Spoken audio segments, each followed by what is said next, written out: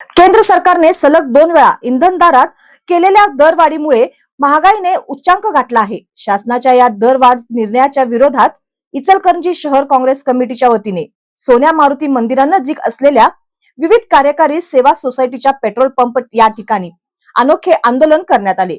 तिरडीवर थेट दुचाकी ठेवत व पुष्पहार अर्पण करत दरवाढीचा निषेध नोंदविण्यात आला. यावेळी केंद्र सरकारच्या विरोधात जोरदार निदर्शने करण्यात आली. या आंदोलनामध्ये महाराष्ट्र प्रदेश काँग्रेस कमिटी सरचिटणीस शशांक बावस्कर, इचलकरंजी शहर अध्यक्ष संजय कांबळे, शहर उपाध्यक्ष बाळासाहेब कोतवाल, इचलकरंजी विधानसभा युवक अध्यक्ष युवराज शिंगाडे, माजी नगरसेवक अब्राहम आवळे, अजित मिनेकर, रवी वासुदेव, रविराज पाटील, अखिल खानापुरे, प्रवीण पाटील, राजू किनेकर, प्रवीण फगरे, दशरथ जावळे, दिलीप भुई, अनिल चांदणे, ताहिर खाली, अनिल पांचिंद्रे, पोपट शिंदे, ताजुद्दीन खतीब, गजानन शिरगावे, प्रशांत भिवरे, शिवा चव्हाण, अल्ताफ मुजावर यांच्यासह पदाधिकारी व कार्यकर्ते, नागरिक सहभागी झाले होते.